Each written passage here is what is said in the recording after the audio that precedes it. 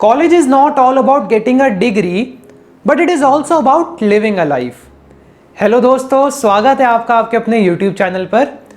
तो आज की ये वीडियो कुछ उन स्टूडेंट्स के लिए है who are targeting to get into good colleges। इस वीडियो के अंदर हम कुछ ऐसे एस्पेक्ट्स के बारे में बात करेंगे that generally goes unnoticed while shortlisting a college। हम इसमें NIRF रैंकिंग, हाईएस्ट और lowest placement, campus size, gender ratio, इन सब चीज़ों के बारे में बात ना करके बल्कि कुछ यूनिक एस्पेक्ट्स के बारे में बात करेंगे that a person, that a student should consider before shortlisting his or her college.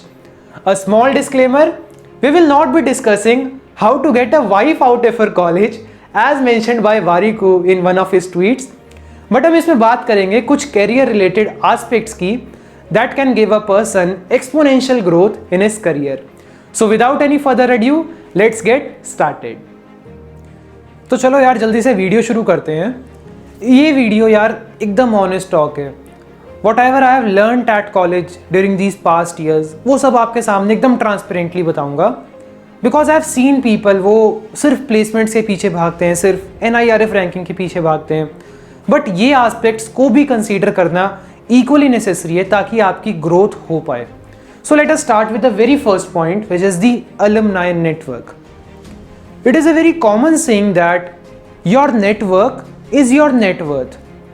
Basically, alumni क्या होते हैं? Those people who have passed out your college and are working in corporates or are settled somewhere.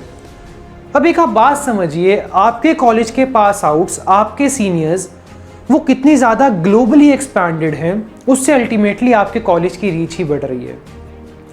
Those alumni are the representatives of your college that will be carrying forward the legacy of the trainings, of the teachings taught by that college.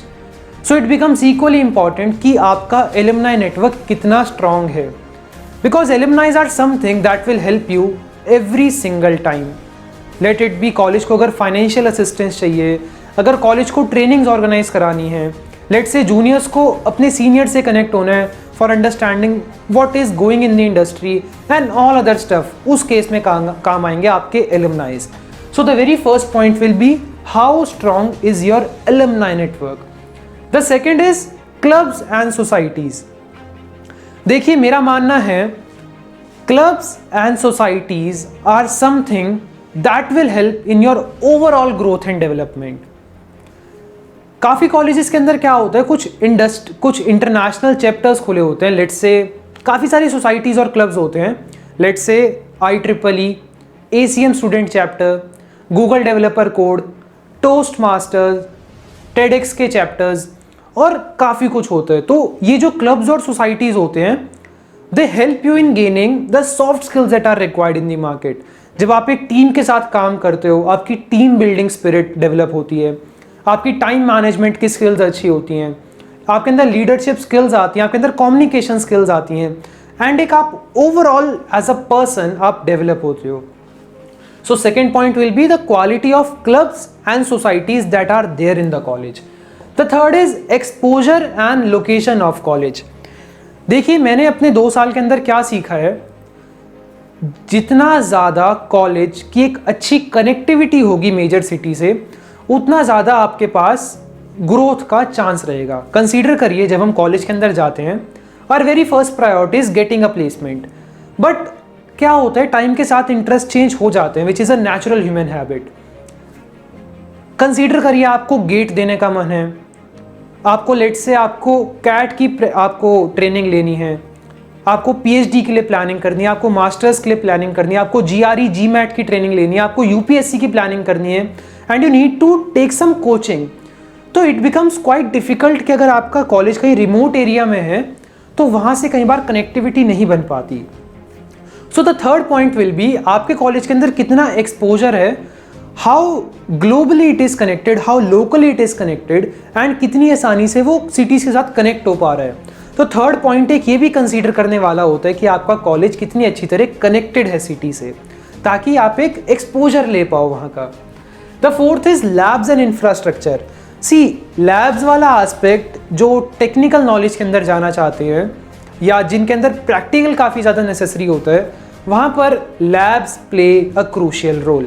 आपके कितने healthy experiments हो पा रहे हैं, कितने आप results derive कर पा रहे हो, कितने अपरेटस अवेलेबल हैं, कितनी सारी वहाँ पर इंस्ट्रूमेंट्स अवेलेबल है जिनके ऊपर आप रियल टाइम प्रैक्टिकल कर पा रहे हो, वो सब चीज़ें भी काफ़ी मैटर करती है। So the fourth point will B कैसा इंफ्रास्ट्रक्चर है कॉलेज का, स्मार्ट बोर्ड्स वगैरह हैं या नहीं है, कितनी वो इंडस्ट्रियल रेवोल्यूशन 4.0 की तरफ बढ़ पा रहे हैं, क्या वहाँ पर एजुकेशन का डिजिटलाइजेशन हुआ या नहीं, और लैब्स कैसी हैं।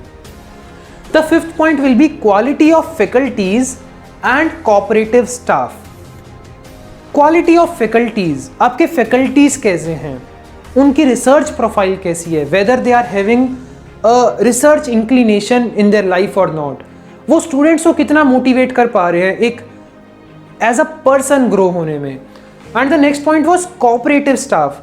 देखिए कई बार क्या होता है जब आप कॉलेज के अंदर होते हैं, you have an number of things with the department. Let's say NOC लेना है आपको, नो ऑब्जेक्शन सर्टिफिकेट, आपको LOR रिलेटेड कुछ इशूज़ हैं, LOR is the letter of recommendation, या आपको और भी कोई XYZ ABC को इशू आ रहा है, तो आपके स्टाफ कितने कोऑपरेटिव हैं कॉलेज के अंदर, this is also deciding factor for many. The next is flexibility of curriculum.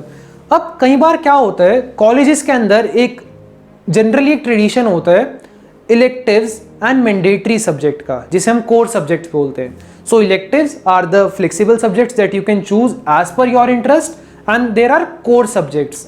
सो उस कॉलेज के अंदर कितनी फ्लेक्सिबिलिटी है करिकुलम की, are you open to choose the subjects according to you or not, ये भी एक डिसाइडिंग फैक्टर है। The next is research and startup ecosystem. Research, वहां पर कितने ज्यादा लोग इंक्लाइंड है रिसर्च के अंदर। There is a very famous association named as under graduate research association, URA। URA कुछ ऐसी एसोसिएशन होती है in which the under grad people are associated in to research, and देखा जाता है ताकि वो एक रिसर्च माइंडसेट को डेवलप कर पाए from initial stages. And startup ecosystem, colleges के अंदर कई बार क्या होते हैं स्टार्टअप सेल्स होते हैं, या IIC नाम के होते हैं, इंस्टीट्यूशन इनोवेशन काउंसिल, जिसके अंदर डिपेंड करता है कि आपके स्टार्टअप्स कितने जनरेट कर पा रहा है कॉलेज से कितने एंटरप्रेन्योर्स निकल रहे हैं, this is also deciding factor. The next is industrial collaborations and MOUs। Industrial collaborations and MOUs क्या होता है भैया, MOU होता है मेमोरेंडम ऑफ अंडरस्टैंडिंग। ये बेसिकली दो ऑर्गेनाइजेशंस के बीच में साइन होता है when they mutually understand each other. इसके क्या फायदा है, बच्चे एक कॉलेज से दूसरी ऑर्गेनाइजेशन में इजीली जा सकते हैं for let's say industrial trainings, let's say workshop के विजिट करने, या कुछ ट्रेनिंग्स वगैरह लेने के लिए, कुछ सीखने के लिए, कुछ इंडस्ट्री को समझने के लिए। तो ये सब चीज़ें होती हैं, डिपेंड करता है कि आपके कॉलेज की इंडस्ट्रियल कोलैबोरेशंस कितनी है एंड MOUs कितने साइन हैं। यहाँ पर एक छोटा सा फैक्टर आता है स्टूडेंट एक्सचेंज प्रोग्राम का। कई बार क्या होता है जो सेमेस्टर एक्सचेंज प्रोग्राम होते हैं जो जनरली स्टूडेंट्स लगाते हैं 6-6 महीने के, या जो समर इंटर्नशिप्स लगाई जाती हैं, they also matter a lot कि कितने ज़्यादा MOU साइन है। क्या पता किसी ऐसी ऑर्गेनाइजेशन के साथ MOU साइन हो जहाँ पर आप समर एक्सचेंज प्रोग्राम लगा सकते हो। So these were the first 8 points that does really create a difference. अब हम चलते हैं नेक्स्ट कुछ पॉइंट्स पर। तो हमारा नेक्स्ट डिसाइडिंग फैक्टर होगा द क्वालिटी ऑफ क्राउड। वहाँ पर क्राउड कैसा आ रहा है, वहाँ पर डाइवर्सिटी कितनी है जो हम देख पा रहे हैं, क्या इंटरनेशनल स्टूडेंट्स हैं या नहीं हैं, और जो स्टूडेंट्स हैं उनका कितना ग्रोथ माइंडसेट है। देखिए it is a very well saying that आपकी सक्सेस डिपेंड करती है आपके आसपास के 4 लोग कैसे हैं। जो आपका फ्रेंड सर्कल रहेगा ना कॉलेज के अंदर, वो अल्टीमेटली आपकी सक्सेस को मैटर करेगा। तो ये ध्यान से देख के चलिएगा कि वहाँ पर जो क्राउड आ रहा है उसकी कैसी क्वालिटी है, whether they are having a growth mindset or not. The next point is extra curricular.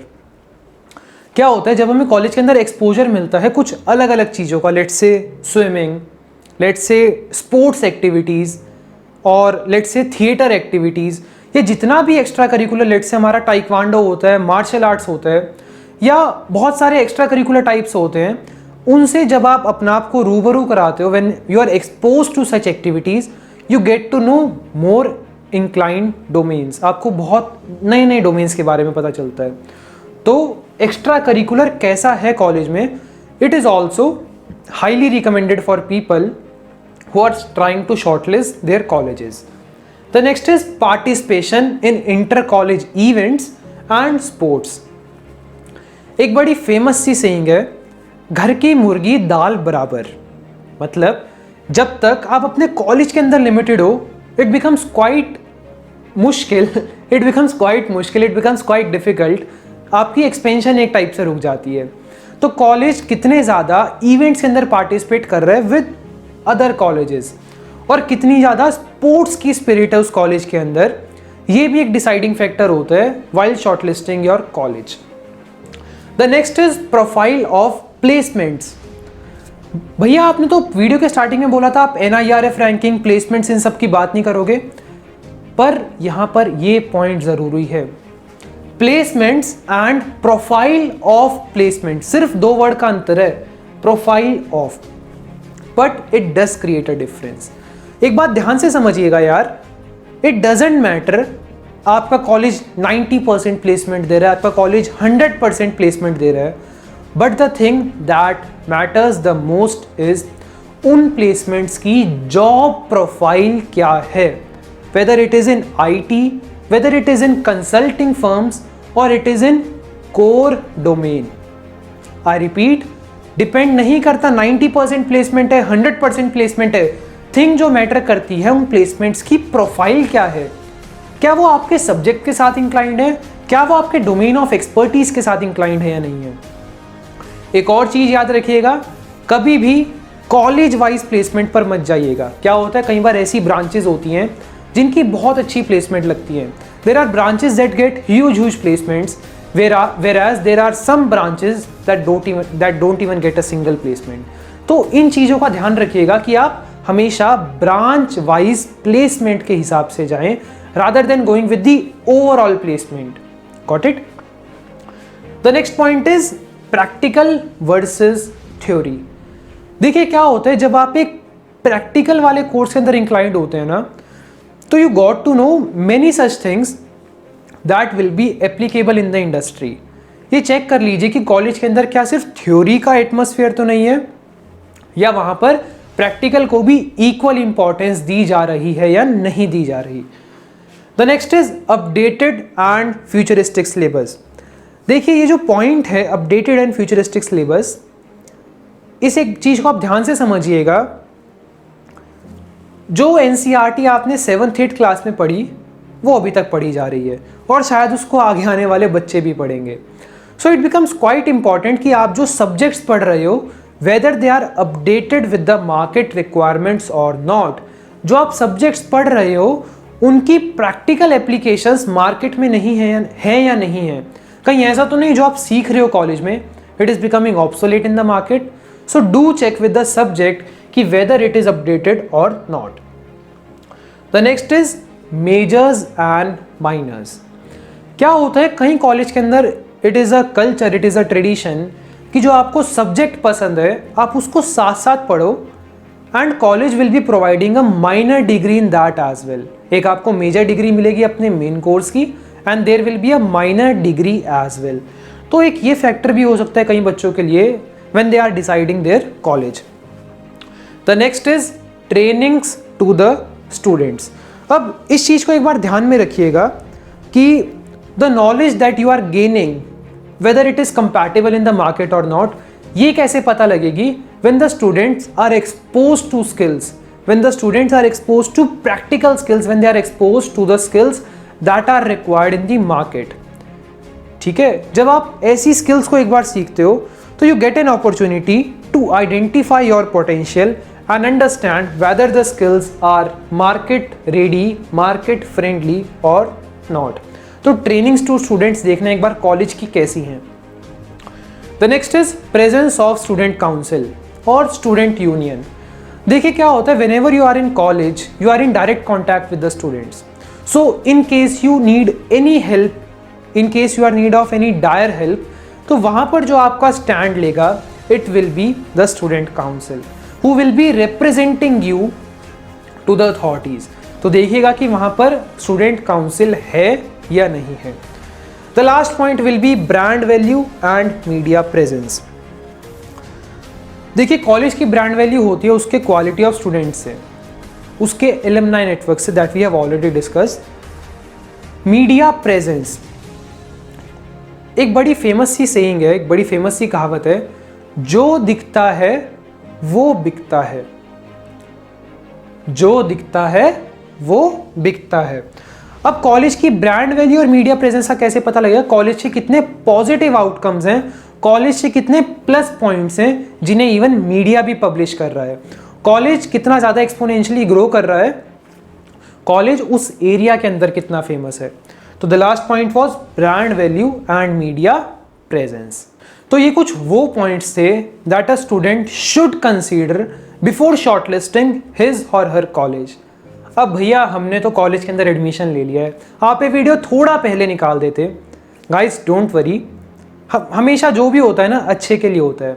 So if you have already taken admission into a college, do remember one thing, become a student that market wants, become a graduate who is capable of solving the problems that are prevailing in society। एक ऐसे student बनो जिसकी market को demand हो, एक ऐसे student बनो, एक ऐसे ग्रेजुएट बनो जो सोसाइटी के अंदर प्रिवेलिंग प्रॉब्लम्स को सॉल्व कर पा रहा हो। सो आई होप आप सबको ये वीडियो अच्छी लगी होगी। In case you want more such videos related to college students' life and you need some of the experiences that I should share, just do comment with the requirement and I will come up with another video. So तब तक के लिए channel को subscribe कर देना, video को like कर देना, शेयर कर देना, क्योंकि नॉलेज बांटने से बढ़ती है। और हाँ, जाने से पहले अपना फेवरेट कोट, ज्ञानम परम बलम।